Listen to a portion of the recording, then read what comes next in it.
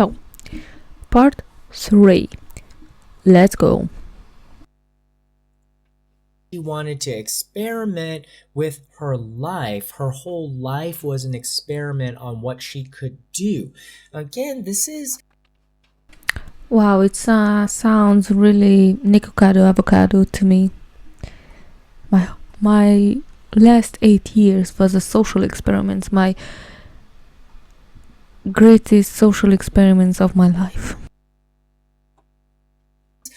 giving narcissism vibes, and usually with narcissists there's your true self that you are so ashamed of that you destroy, and so you spend your life building a false self, a false persona that you show to the world, and then your fake self becomes the real self, and anything that threatens that fake self, which there's a lot of threats, because if it's fake, it's really hard to keep alive.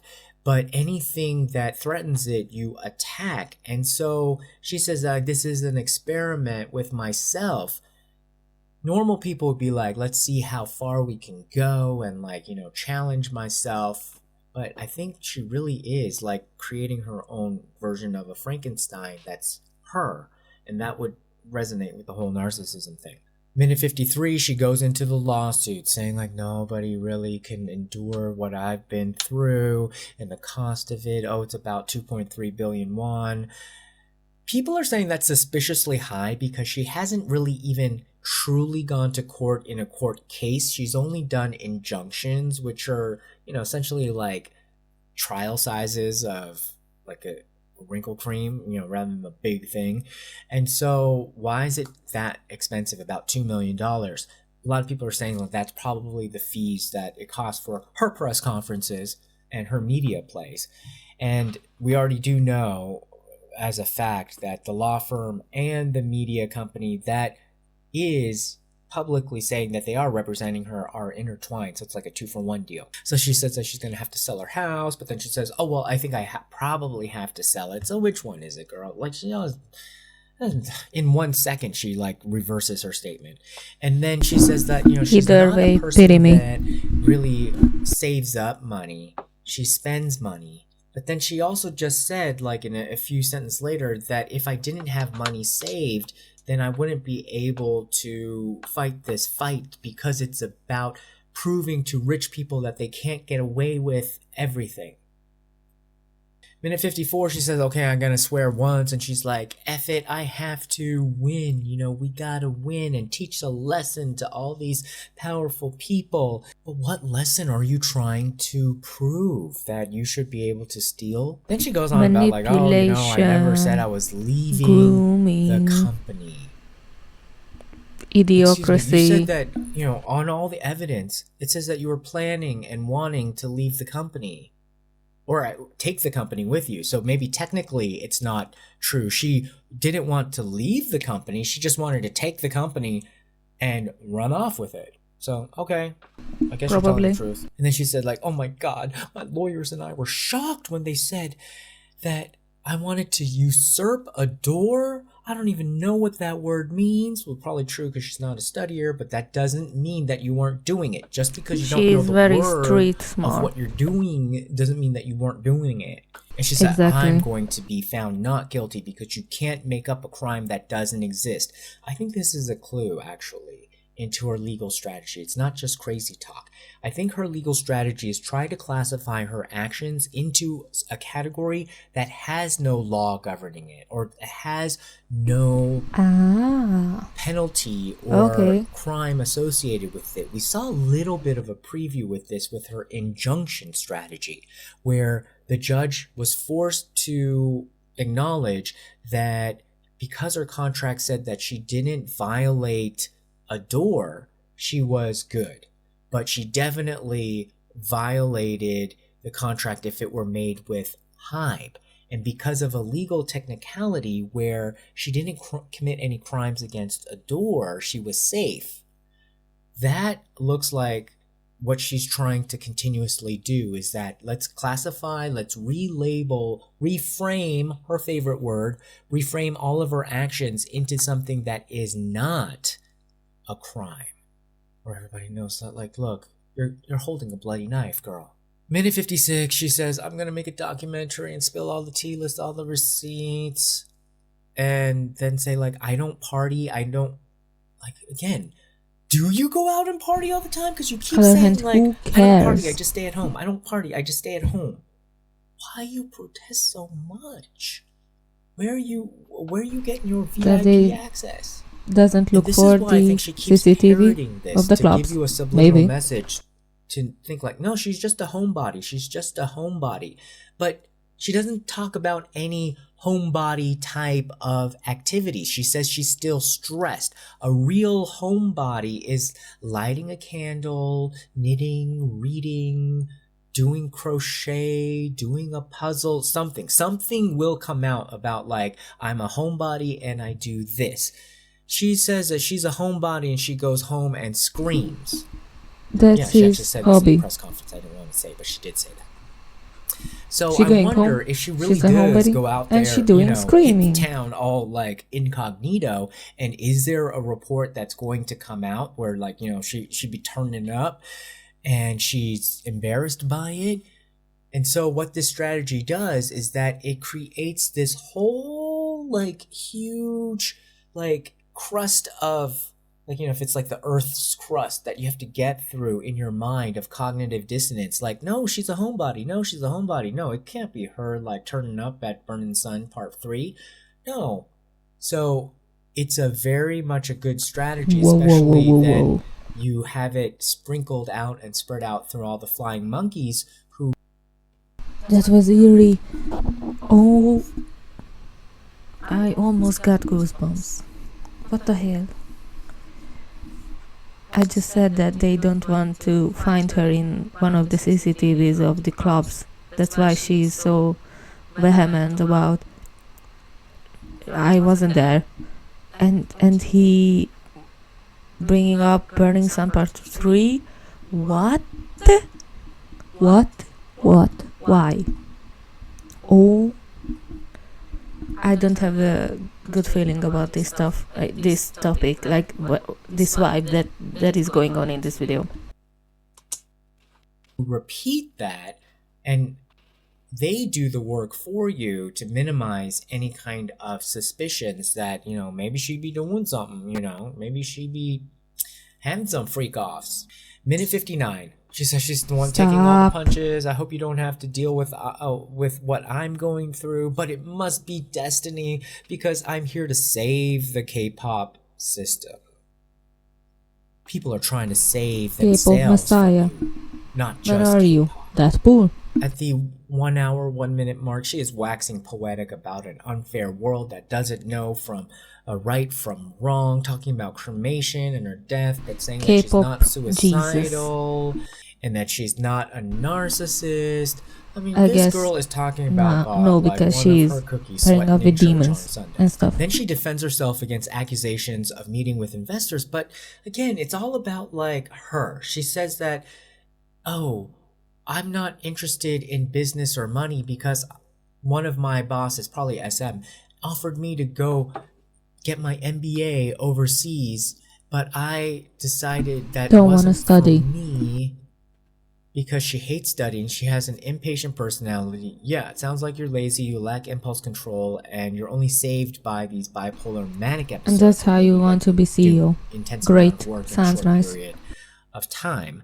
I pity everyone that is under her. And then she says she wanted to change the rules of the idol industry.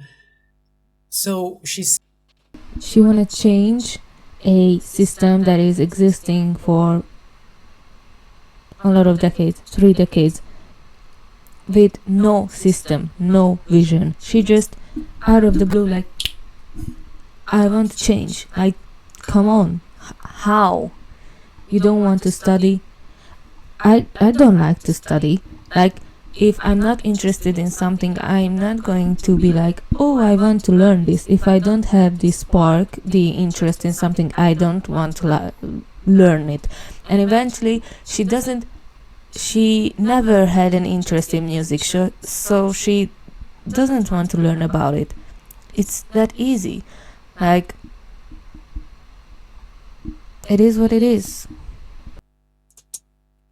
saying that she is more like the street smarts. She's focusing on the idols. She's somehow forgot the question about investors.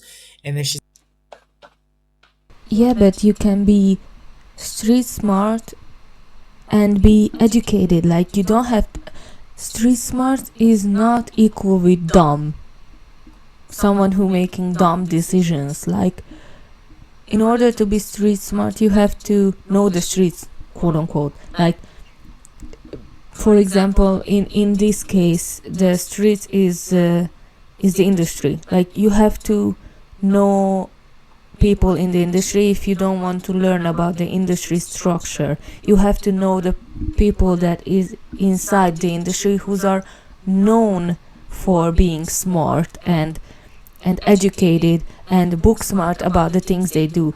If you want to make connections, like, you can do that. And even if you're sociopath or bipolar or have mental diseases, or you are not 100%, and maybe Minhijin is not 100%, like, you can do it if you really want to, but she's too lazy for it eventually. So she's saying like idols should be treated like athletes, pretty athletes though. Well, I guess they have pretty faces, but people judge their personalities a bit too harshly, and then they want to even destroy them. Oh, it's a cruel world. They're kids. Her mind is not stable, and this is coming from somebody who gives a lot of leeway to people who have ADHD and, you know, are bent on the. But once again, ADHD is not equal with being dumb or not prepared for a public speech, because she's in front of the public. She's talking to millions of people. She knows she's going to do this. So why she's not prepared? That's the question. So because she is lazy and she doesn't want to learn how to be socially accepted or socially aware of things, what she says, like, I don't know, but it's not a coincidence, or I'm not surprised that she was behind the cameras for that many years, that we doesn't know about her personality, because honestly it's not that good, it's not that interesting. The creative side. And she is denying mental health. She's saying like these kids go crazy later because they need to let it all out, but then it's something that even psychiatrists can't help because they don't understand. And then she says like, I don't really have like a close bond with celebrities, or I didn't use. So she's I don't know how to say this, but we know that all around the world there is a mental issue with comprehending that if you're not physically ill, you can still be ill. Like, mental illness is a thing, and including South Korea, there is a lot of problem in this field, especially with young children, with the youth. So, but this is partially due to the harsh educating system as well, but that is true in all of Asian countries. But like, she's saying that yeah, they need the help, but the doctors can't help. Like, then what they should do? Like,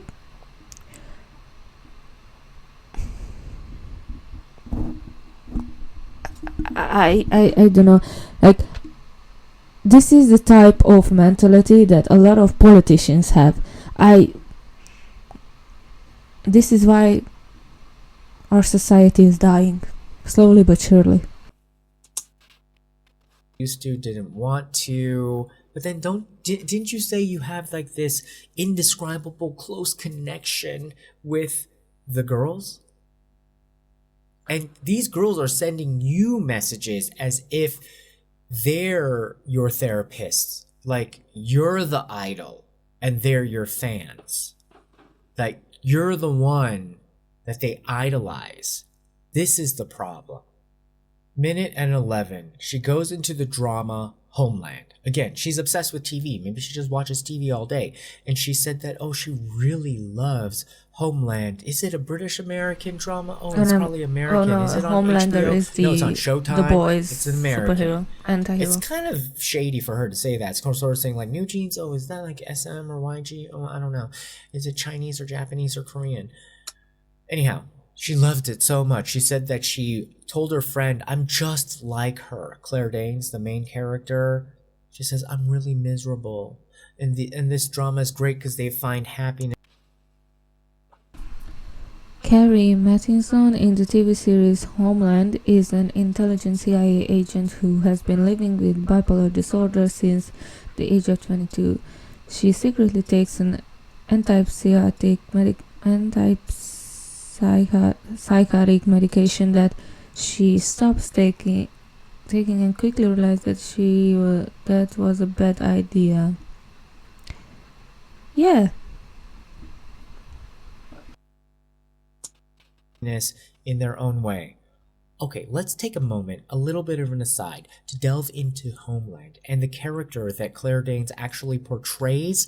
This is not somebody you want to publicly say that you resonate with and that you identify with. Carrie Mathison is the name of the character played by Claire Danes in this Showtime series Homeland, and she has a history of mental illness that she hides from everybody she works with, including bipolar disorder. Bipolar disorder. What are some of the symptoms?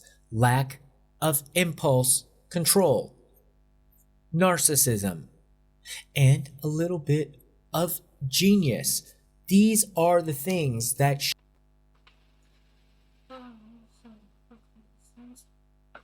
between manic and depressive states causing impatience in social and occupational functioning, most of them altering with major depressive episodes.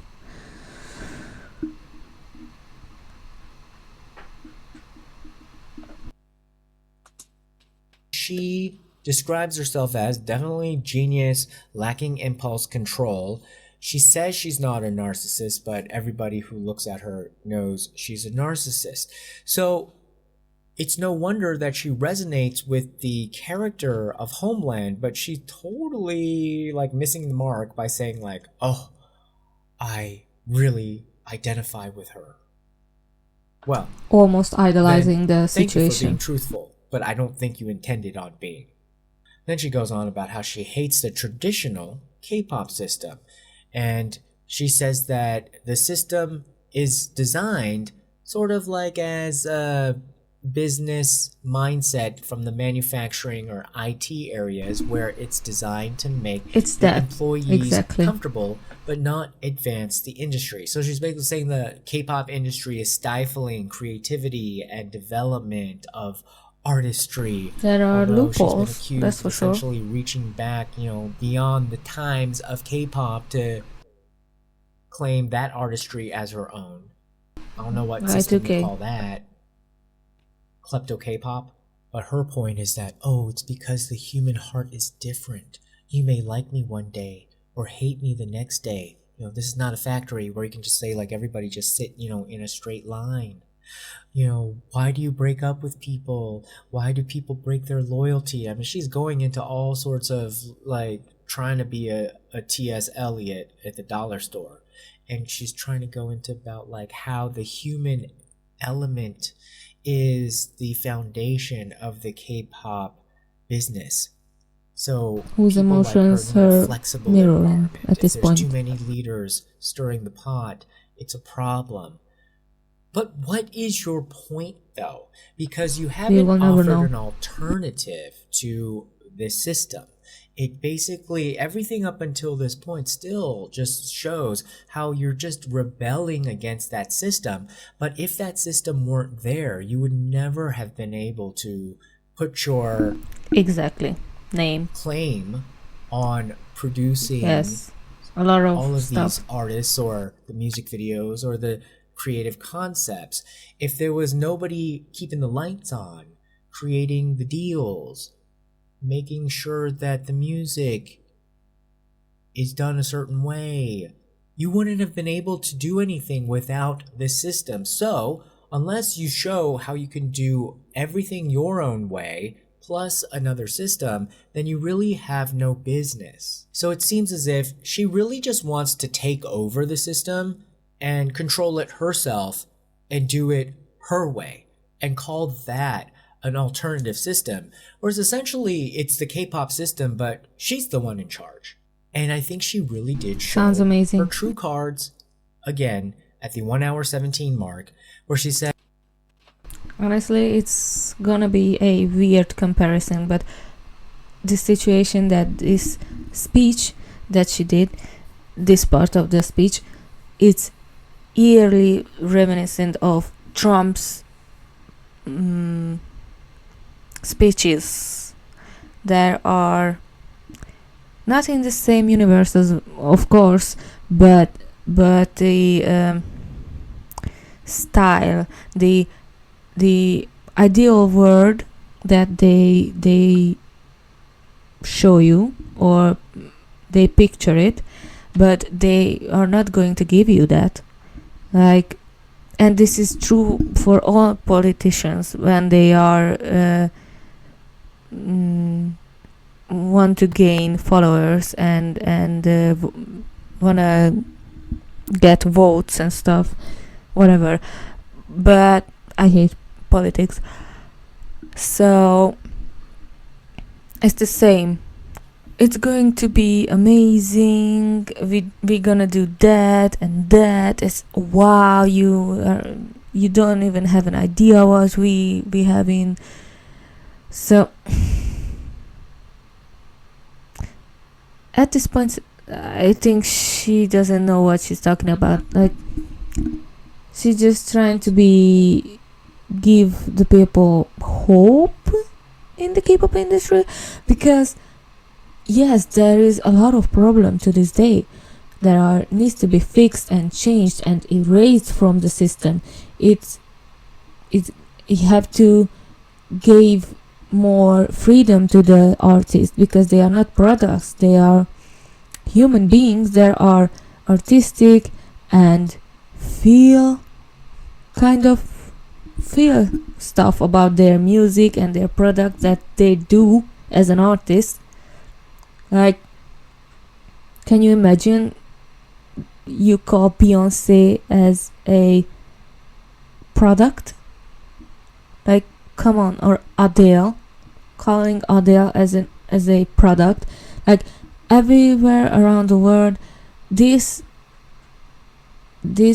description of a artist, a musician, it would not make a stand. Like, it's only there in K-pop. Like, honestly, maybe the producers and other mogul in the industry, they between themselves they call artists different things, but for the general public it's weird.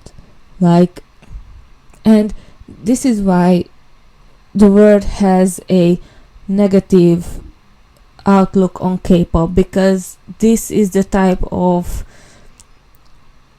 marketing that they do with their artists. Like, they do a lot of loophole in relation to artistic choices.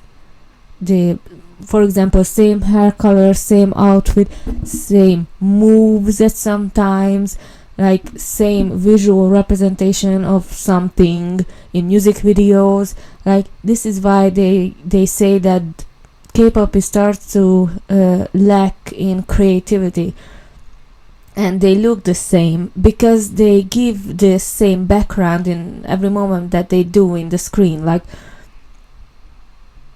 and this is why it look like it doesn't, it's not about people, but it is. Like, they are artists, but they doesn't have the choice to produce their own music or write their own songs. Like, even to this day, a lot of agencies thought process is like, we give you a song, you don't have to worry about it, you just go in and sing it, and maybe that song is not even correlate what the artist feel, it's not represent their emotions, for example. Like,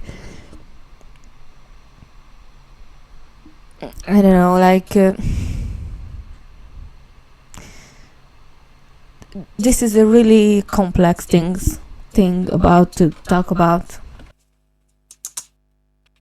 As you know how I said before, I don't want to be a freelancer. It's because I want to change the organization a bit and do something new. To be a director, not a specialist. A good director or leader needs to know how to spot good people and move people around to make a project successful. And interact with people, so with she feelings. really just wants to control an organization or a company and use people to do all of the work. And on some levels, that is business. So that's the traditional system. But you don't have the paper for it because you don't like to learn. Hire people to deliver what But you you want, give in the seed by hype eventually, and you control the and you overall still messed up. direction. How is that any different from multitudes of businesses in all sorts of fields? At this It's point, the if I have the same job, I would thing. do the school, even What if she I really don't like did to study. reveal, I think, was that If I- she's not I had talented the enough choice to to do do. the actual work, so she just wants to control people who do the work. She's good at using people, but she wants to take money and resources that she doesn't have to set up an organization or a business where she can hire people, She's just in a fever usurp dream. everything from somebody else's hard work and advance K-pop in a way that she wants to do it. But until now, I've not seen anything different. It's just more like she just wants to do it her style and in her way. And then she even said, like, there's no exact formula. I mentor people. They learn from me and blossom. We pay them well at a door. I don't like... It's just... This is so rare. Like, you have to be so big brain to pull off like something like this. Like, for example, not everyone is Steve Jobs, for example. Like, he made it possible, the impossible. And I don't know, he's just an example in this situation, but she has that mindset, in my opinion. Like, she thinks she's her, like, she's gonna do it how she wanna do it, and it's going to work. And no education, no thoughts behind her eyes, just tears and what the shaman said to her, and her immortal soul that she thinks she I don't know, gave by the Holy Spirit. That is so weird as well. Like, she's talking about demons and stuff, and if I want to correlate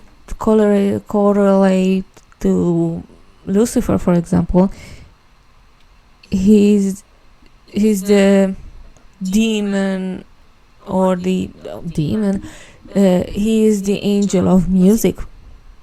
Like, if she's on the lower side, the other side of these two spectrum, like heaven, hell, she should be in the music liking sphere, in my opinion. Like, because we only heard the negative side of the religions from her perspective, like manipulation through shaman, relating to stories about demons. Now it's just weird. She goes, I don't like people paying for me. I never let my boyfriend pay for my meals, insinuating that she's not a person who takes favors or accepts money. She doesn't want to owe and then anyone she says, like, oh, with learn anything. how to price your salary accurately in the marketplace. maybe some shade at the employee where she revealed how much her employee made to the world. But she literally used this system and benefited from it, and she just didn't like how she wasn't controlling it. So again, what would you actually change about the system then? What would be different under your system? How would the artist have more flexibility? Free shaman to everyone. What? How would and how would you actually guarantee that your business would survive in a world that is geared towards business? So I think she doesn't know the difference between artistic freedom and the commercial system, since she's not an artist. A true artist would speak very differently about this situation, but since she's not an artist, she's trying to adopt an artist persona And not a professional. inside the role of somebody who's on the production side, and then even have the audacity to label herself as like this artistic type of producer, and also want to control the business aspect. Or even a producer. Through the rest of this, because she, even in retelling her story, is making me get motion sickness. And the other part that I think that was very Is she walking around? was her strategy of how she pieces together her team.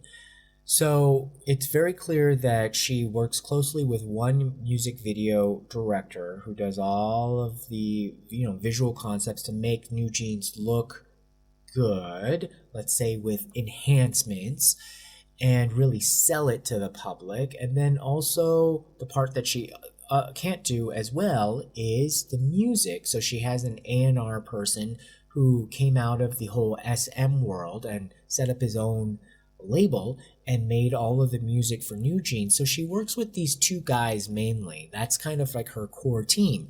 These two guys are not HYBE employees. They're freelancers, or the A&R guy has his own company. Because she doesn't want to owe to anyone. To usurp a door even and move it out, she would still be able to keep that working relationship with the most important parts, right? Like, you put out the song, you put out the music video, and then she handles the selling it to the world, guys.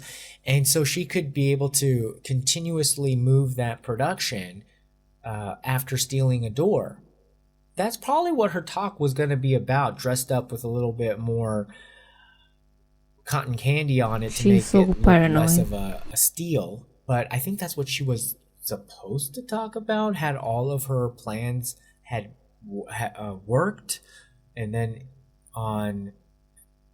at the end of September, she would be essentially being like, oh, I'm such a genius. I have my own company now because I broke out of the mold. Almost. So I think she was trying to use a strategy of painting HYBE as some place that is restrictive and abusive and old style and formulaic, and that's why she had to leave.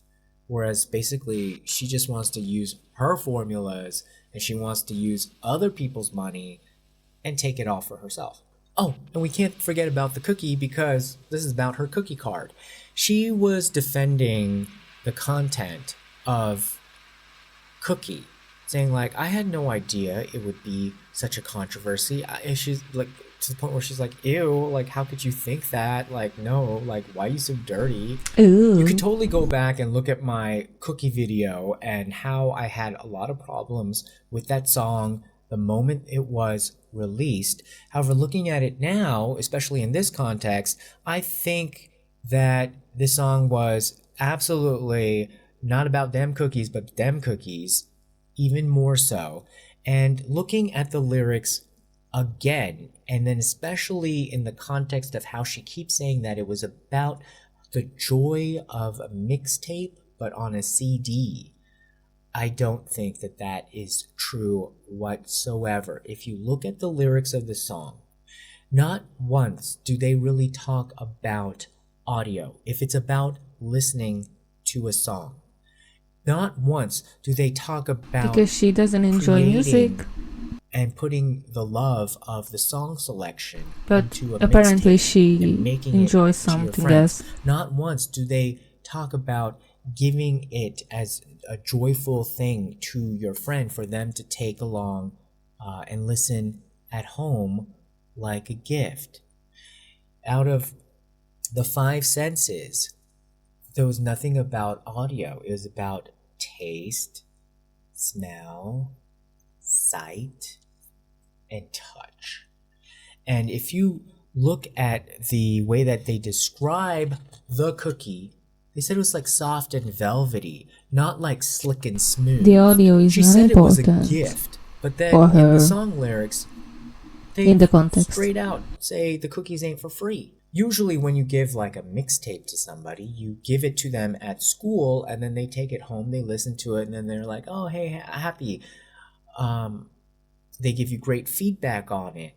But her cookies in this song, or her CDs, are only at her house and only for the boy to come over and play in order to have some of the cookies. Not even listen to the cookies. Take it. Don't break it. I want to see you taste it. Who is licking CDs? Sugar, got sugar, but won't be responsible for your cavities? That is so watermelon sugar coated. Well, to be fair, there was one line that alluded to the sense of hearing. It was, let me hear your voice again, boy.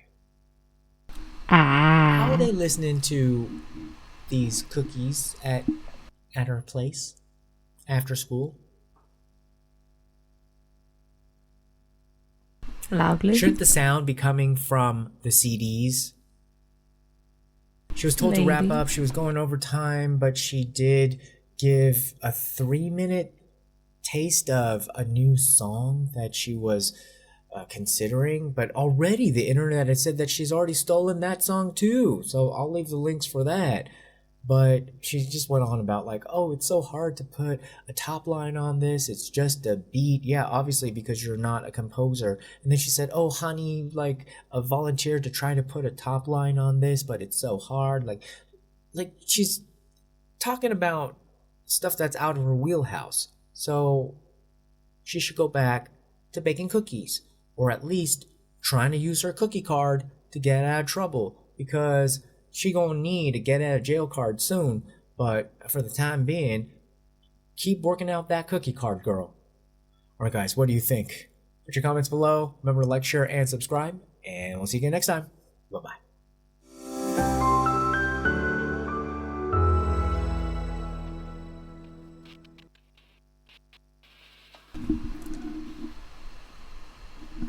Yes.